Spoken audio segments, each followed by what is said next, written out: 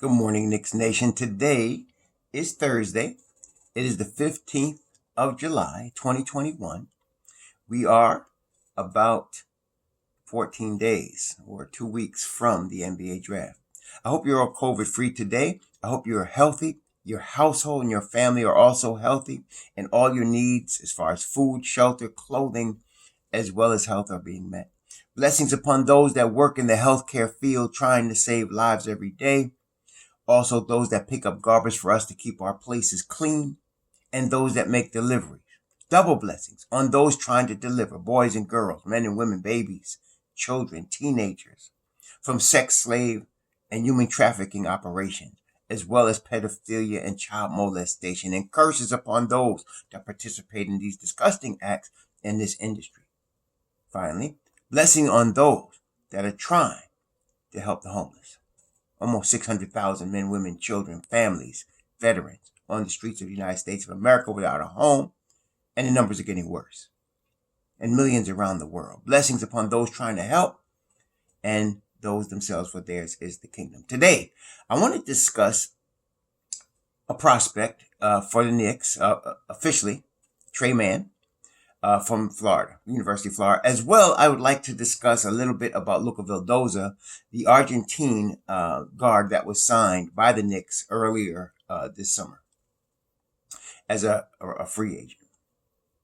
So let's start with Tre Mann. The first thing that I noticed in looking at Tre Mann, film on Tre Mann, several different scouting films that I looked at him. The first thing I noticed is he has a tremendous shooting ability. I mean, he can shoot the rock. He really is a tremendous shooter. His step back game and his is elite right now, and that's saying something for a college player. He really can shoot the rock, and he made a tremendous stride between his freshman and his sophomore year, which was good. Now, some players you have to be cautious about in this regard because when they make these improvements, it might just be a one-year wonder. I don't think that's the case with Tre Mann. I think this is permanent. I think this is part of his growth, which is overall, my assessment is he needs more growth. The first time I looked at him was a few weeks ago, actually. And my first impression was he needs another year of Florida. That's my first impression. He needs another year of Florida. He would be a lottery pick if he came out next year. But again, a lot of these guys, will take late first round picks this year, to start getting paid, and you can't blame them rather than wait till next year. So he's one of those guys. He really could use another year of Florida, and simply because he's still developing physically and growing. Though he is 20, he's 20 years old, he's still growing physically and developing as a young man. And so, that's part of his overall growth as a basketball player. But right now, he has a tremendous step back game, tremendous shoot off the dribble, one of the best in the class in terms of shooting off the dribble. Very, very good in those areas. Floater game is very good. It's really, he's got a good floater game as well. So that's why I can understand a lot of people are high on him. He will be a first round pick. That being said, I don't want to draft him at 19 or 21 for the Knicks. I don't want him to be the guard we draft, and I'll tell you why. He does have a lot of potential. He is going to be a first round pick. He is going to be an NBA player. He may even be a really good one because of like I said, everybody that's drafted in the NBA, especially in the first round, has something that pops out at you. Well, with him, it's the shooting. I mean, he obviously could shoot the rock, especially off the dribble. He's not a good catch and shoot shooter, which is kind of weird because, the hardest thing to do is shoot off the dribble. And he does that in an elite level. But he's below standard in terms of catch and shoot. But you figure, over time, he's going to get that. Floater game's already there. But he's not a playmaker. He's not a playmaking type of guard. He's not good. He doesn't have a lot of basketball IQ. Like, for example, we talked about Sharif Cooper. And while Sharif Cooper is not my favorite guy to pick, in this draft, I told y'all, but Sharif Cooper, you can see the basketball IQ. He can set a play up. He can even set up the hockey assist in some cases. That's basketball IQ. And he sees the floor tremendously well. Tre Mann's not so much. He's got a lot of development that he needs to do in that area. He's a guy that's going to need some time. He's the patience play, in that regard, the way I rank the guards, Jared Butler would be my guy. I'm concerned though, because here we are on July 15th, and we ain't heard nothing about his medicals yet. Okay. It's starting to remind me a little bit of Kevin Porter Jr. I mean, not Kevin Porter Jr., Michael Porter Jr. in Denver. The year that he was getting drafted, he wasn't giving any medicals out on his back. And I'm glad that, I know it looks, now everybody's like, oh, we should have drafted Michael Porter Jr. No, we shouldn't have. Because if you remember at that time, I wouldn't draft a guy that his back, you don't have no idea his back could be finished. Bad backs finish some great players in the NBA. I mean, cause their careers be cut short. Brad Daugherty being the one that comes to my mind. First, Brad Daugherty would have been a great NBA player. He was still a really good NBA player, but his back cut his career short. You don't want that. You don't want to be drafting that. A lot of y'all don't understand. When you're a general manager and you're making a pick, this pick could cost you your job.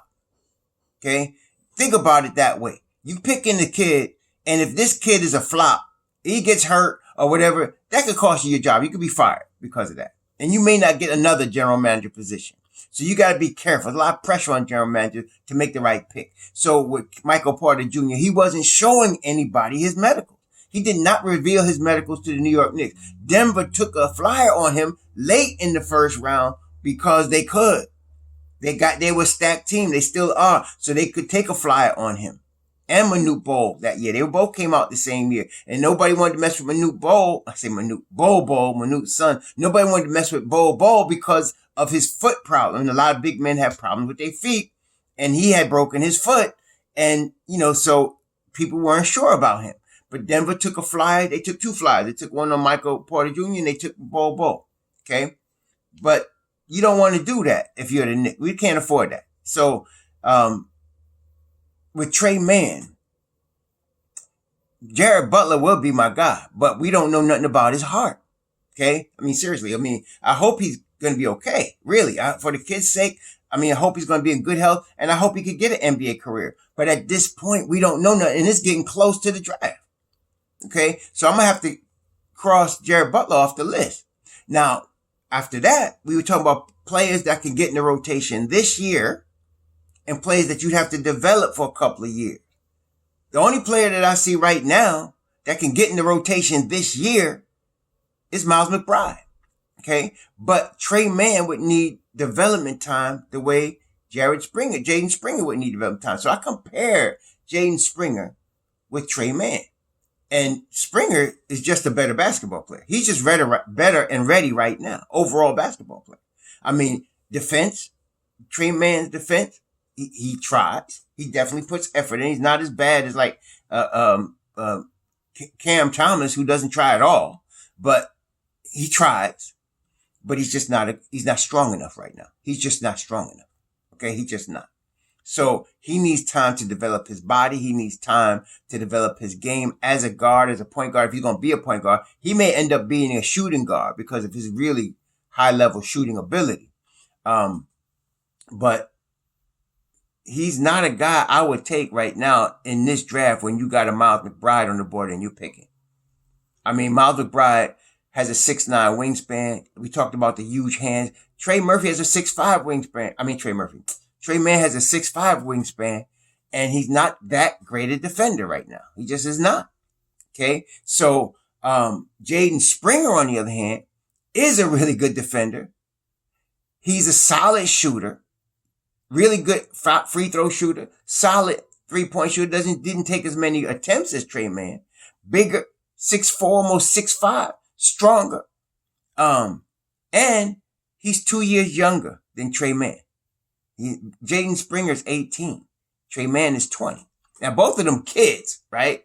But I'm talking about growth right now. So you're dealing with the level of growth and the development over time.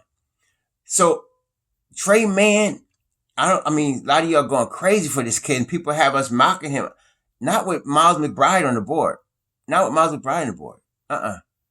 And not with Jaden Springer on the board. No. Not for the Knicks.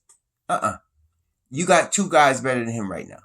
Sharife Cooper, if I had to rank them, it'd be like this. Miles McBride, Jaden Springer, Sharife Cooper, as far as the guards, right? And Sharife Cooper and Ayu Dosunmu are right there with each other for different reasons. Okay, because I like Ayu Dosunmu also, and then Tre Mann.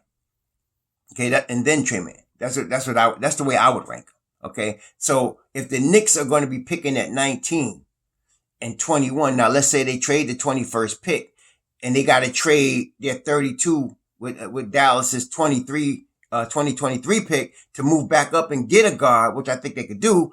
I'm still looking at Miles McBride. I'm looking at Miles McBride, like I said, Miles McBride, followed by Jaden Springer, followed by a tie between Sharife Cooper and Ayu Dosunmu, and then Tre Mann. And of those players that I just named, those 5 players, you're going to have at least, I'd say 3 or 4 of them available past the 21st pick. You're going to have at least 4 of them available. So you'll be able to still get one of them. Okay. So Tre Mann is going to be a good pro. I'm going to predict he's going to be a really good pro. He's going to end up, he's got to fill into his body. Like I said, even though he's 20 and Jaden Springer's 18, if you look at him side by side, you think Jaden Springer was the older dude because he's just bigger, stronger looking kid. But Tre Mann looks like a baby, but he can still shoot the rock. And that's big time in the NBA. So he'll be able to develop into a player. I don't know if he's going to be a shooting guard coming off the bench type scorer or a lead guard. He needs more playmaking ability to be a lead guard. I mean, especially in today's NBA where offense is stressed so much, you got to be able to make plays at the point guard position. Like I said, Sharife Cooper is a playmaker, right? That, say what you want. I mean, I call him a midget, I call him a little guy, whatever, but he can make plays, right? Right now, he can come in the NBA and make plays. Tre Mann, not so much. I mean, but he can shoot. If you give Tre Mann some shooting capability or opportunities, he's going to shoot well. But even that, as a rookie, sometimes it takes a rookie a little bit of, time to get used to the speed of the NBA game. This is not college. This ain't Europe. This is the NBA. So the guys are really much faster in the NBA. Plays move much quicker. Everything moves much faster in the NBA than it does in college. Everything. So he's got to get used to that.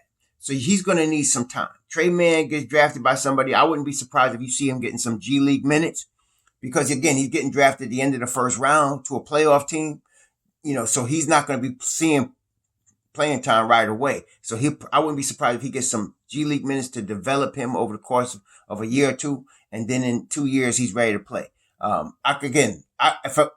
If as a basketball player, he should play another year at Florida and come out next year. He would be a lot better. He'd be a top 5 pick if he did that. He'd be a top 5 pick next year if he did that. But he's not going to do that because he's going to get his money now. He's going to get I think even anybody in the first round getting at least $1 million, $2 million. So he's going to take that money, and I don't blame him. So, yeah, but I got too many guys ranked ahead of him on my draft board, on my board, as far as point guards. I got too many guys ranked ahead of him. I like Jaden Springer a lot better. And I like Miles McBride. Deuce is the top to me right now. And not only that, you got to look at who these guys have worked out for and who these guys have interviewed with. The Knicks, and I don't know why people overlook this, because I see a lot of people that's supposed to know basketball doing podcasts talking about guys the Knicks have not worked out and have not interviewed. Now, let me ask you all a question. Just think about this now. Do you want your front office to draft a kid that they have not worked out and not interviewed? That they just looked at film like we did, say, okay, I'm going to pick him. Is that what you call thorough scouting if that was you? I wouldn't like with that at all. I'd be angry at the Knicks if they did it that way. But they don't do it that way. The Knicks are very thorough. They look at the kid's background. They go back to his coach, not just his college coach, his high school coach. They talk to their family. The Knicks do this. They did this last year with Devin Vassell. They went back all through the kid's background. They want to make sure that they got a quality character kid as well as a player. Okay? And so they haven't even interviewed Tre Mann.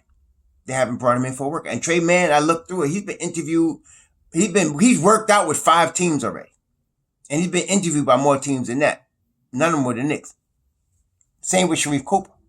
He's worked out for a lot of teams. Matter of fact, how many teams let me see here. I'll tell you right now. How many teams has Sharife Cooper worked out for? Because he's worked out for a lot of teams. He's been interviewed with a lot of teams. None of them the Knicks. See? So that gives you an idea. Now, again, there's still time left, before the draft. There's still time left. There's still time left before the draft, but as you getting closer now, and the Knicks do. I mean, I've known in the past, I've seen in the past where they have interviewed or worked out guys all the way up until like the week of the draft. So that's not surprising. But but that was a different regime too. That was a different regime. That was Scott Perry. That was when David Fizdale was here. They did stuff like that. I don't think they're gonna do that. I think these guys with Leon and Scott Perry, I think that's a different thing. And then of course Walt Perrin, they're going to do a lot more thorough research, and that takes a lot of time to go in after to look at somebody's high school coach, to talk to the college coach, to talk to the trainers, to talk to the family. That takes time. See? And so the Knicks have not interviewed nor worked out Tre Mann. Now they have done both with Miles McBride and Bones Highland. They've done both with them. Okay? They've interviewed Trey Murphy. They've interviewed Jaden Springer at the Combine. Okay? They've interviewed these cats. They also, of course, interviewed Scotty Bond. They interviewed Book Knight. They've interviewed Jalen Johnson from Duke. They've interviewed all these guys at the Combine. Okay, so these are telling you who they're interested in. Okay, now those other guys which I just mentioned, those are guys in the lottery. So if the Knicks were going to trade up, now you know who they're interested in. But outside the lottery, you're talking about Jaden Springer, Trey Murphy. The only five that they interviewed at the lottery was the kid from Iowa. I think his name Garza. They interviewed him. And then Trey Murphy the third, I mentioned him. And they did not, at least not, openly interview Chris Duarte. They did not. They did not interview him nor work him out.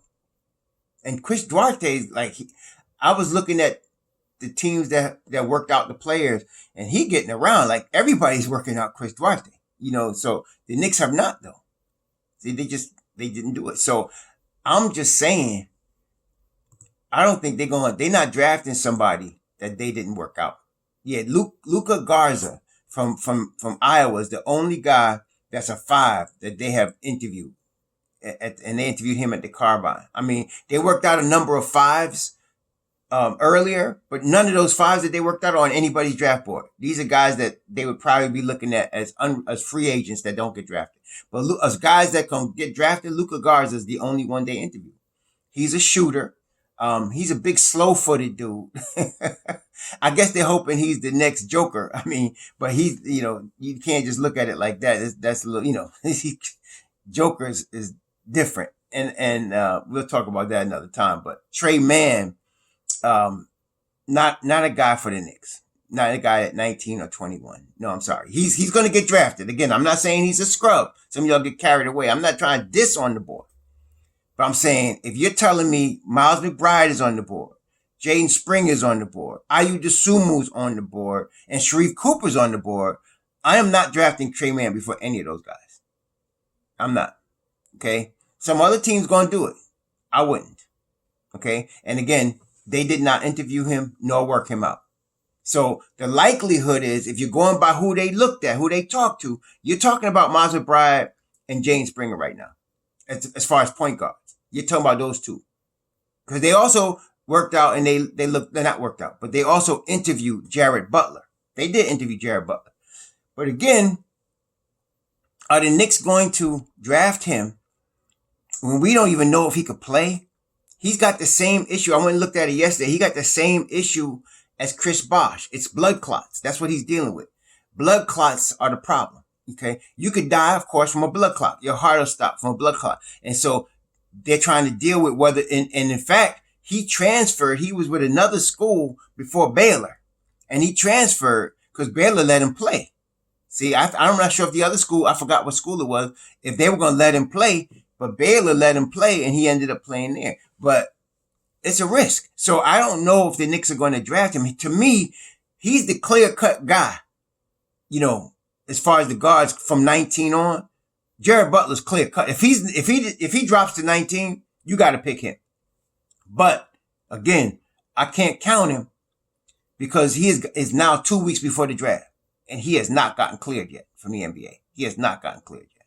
So I don't know. If he doesn't get cleared, he's off the table. we can't mess with him. Okay, we just can't. So now we're talking about Deuce McBride, Jaden Springer. That's what you're talking about. Okay, they haven't even interviewed or worked out Ayu DeSumo. They haven't even done that either. So those are your two guards the Knicks are looking at. Tre Mann's going to be drafted by somebody. Okay, but it's not going to be the New York Knicks. It's not going to be the Knicks. And unless something changes, unless all of a sudden they bring him in the next 14 days, that's possible. Same with Sharife Cooper. They haven't brought either of them in yet. I don't think they're going to do it, though. I don't think so at this point. Okay, I think they pretty much decided on the two guys they're looking at. Okay, I think they are. You're talking about three guys, really. Bones Highland, Deuce McBride, and Jaden Springer. That's who they're looking at. Okay, as far as the point guards. Then you got your wings, and we talked about Trey Murphy. I think he's a Knicks guy, Trey Murphy. I really do. Especially since they have not interviewed or worked out Chris Duarte. I think Trey Murphy is a Knicks guy because high character kid. High character. You go back and look at his film. They got stuff for him when he was in high school. Smart kid, sharp, and like I said, academic All-America, as well as 6'9" with a 7-foot wingspan and a knockdown three-pointer and defense also. I think that's a Tibbs guy right there. So, whereas Tre Mann, he's not a Tibbs guy. The defense is not there. The playmaking is not there. He's not a Tibbs guy.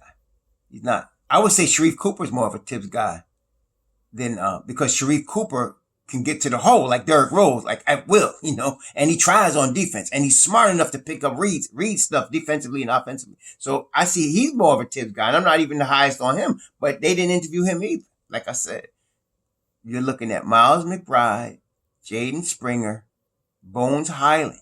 Those are the guys that you're looking at the point guard for the Knicks right now. That's who they've interviewed and worked out. Okay? Now, about Luka Vildoza. I'm not a guy that buys hype. I'm not. You got to convince me.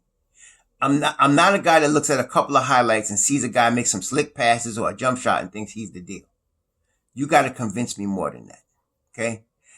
Okay, so let's talk about Luka Vildoza really. Okay? From Argentina. Let's talk about him.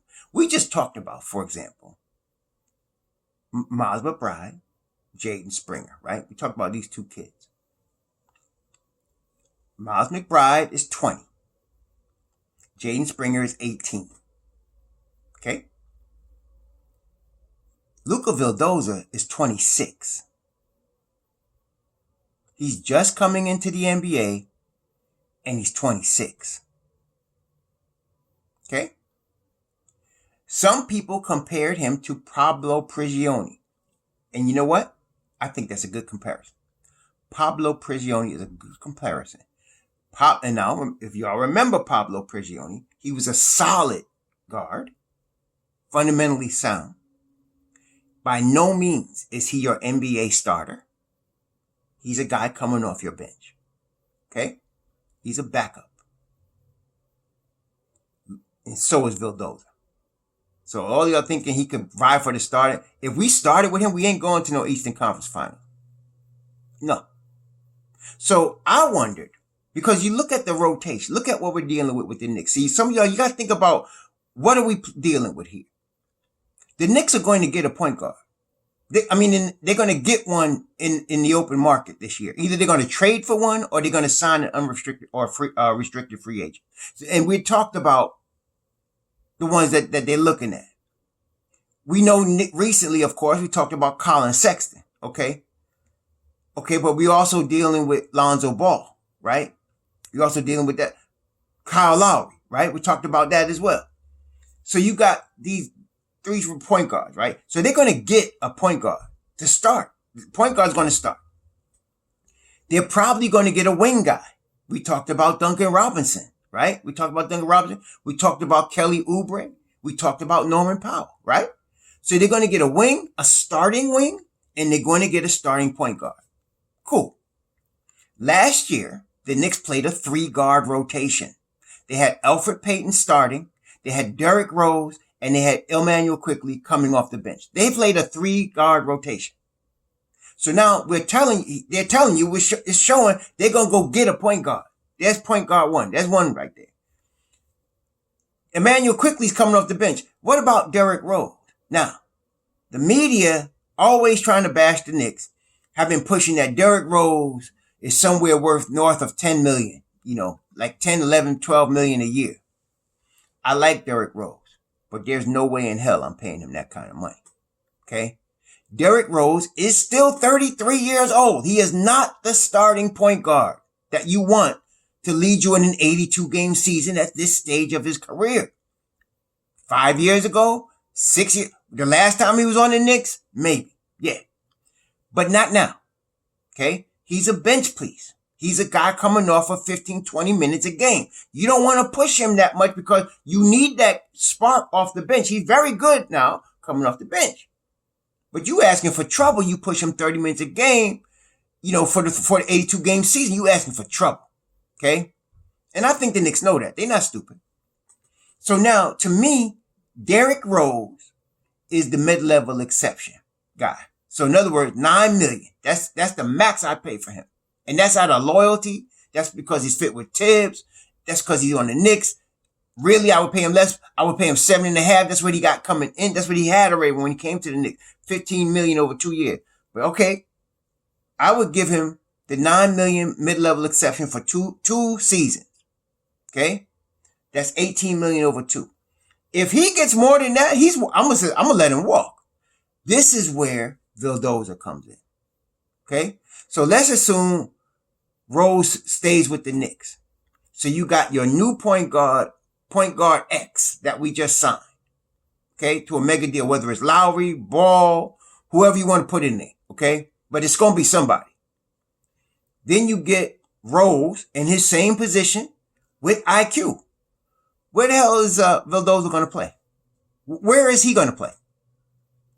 All right. Let's assume we're going, for the sake of argument, Frank Ntilikina is not going to be on the Knicks. I'm going to assume that. He's going to be at Utah rocking. He's going to be on Utah, or he's going to be on Toronto rocking somewhere. So we're not even dealing with Frank.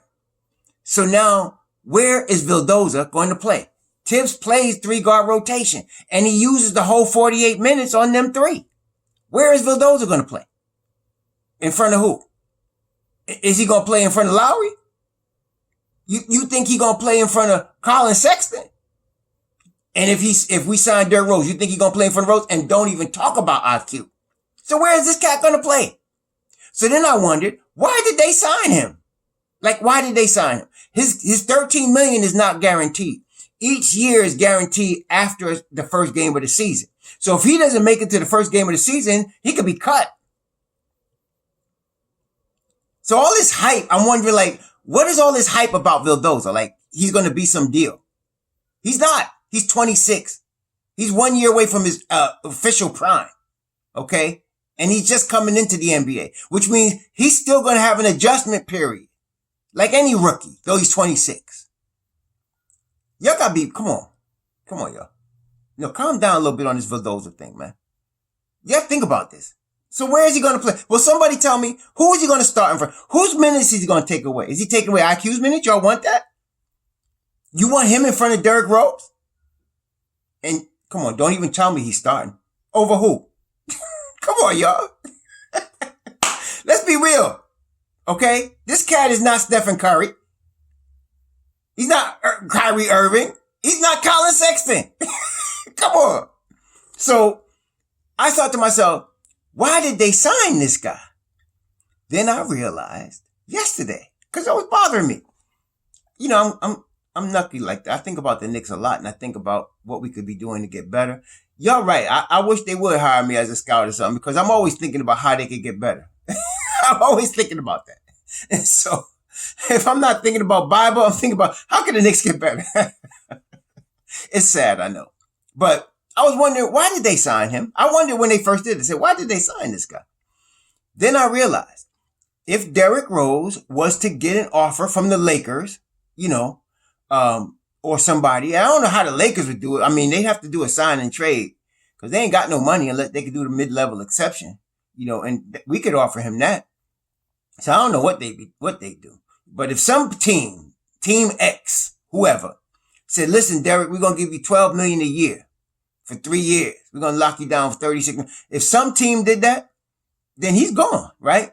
That's where Vildoza comes in. So what they would do is pair him with Emmanuel Quickly coming off the bench, right? That's the way I could see it, right?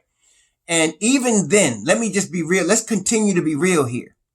If the Knicks drafted Deuce McBride,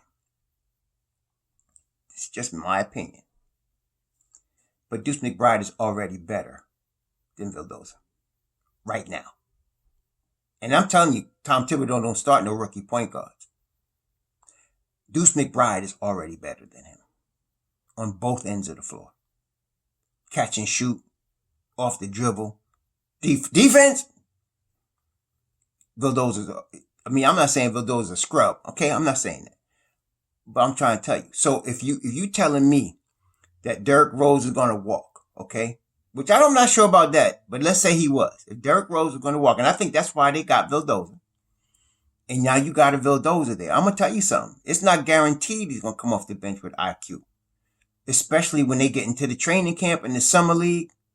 And I'm assuming they're drafting Miles McBride. You can see I'm high on this boy. But even Jaden Springer, who I tell you is going to need 2 years to develop. I wouldn't want, I wouldn't bet against Jaden Springer outplaying Vildoza. I wouldn't. So I'm not sure, So now, if that's the case, what's the next move then? Let's say Miles McBride is drafted or Jaden Springer and they outplay Vildoza and they're ahead of him, right? Vildoza's a trade chip. He's a trade chip. That's what he is. That's a $3 million trade chip. So you're making a trade and you need to make up $3 million. There's Vildoza. You can throw him in the trade. That's what I'm seeing. Okay. I don't see him. He's not going to be in the rotation. Not this year. Not if we sign a point guard, which we better do. And I think they're going to. Not if Derrick Rose comes back and you still got Emmanuel Quickly.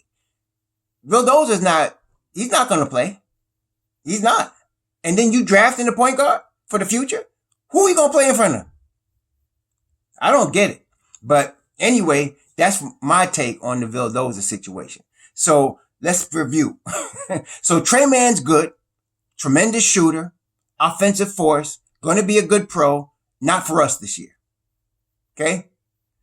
Luka Vildoza, I'm sure is solid. Pablo Prigioni, solid.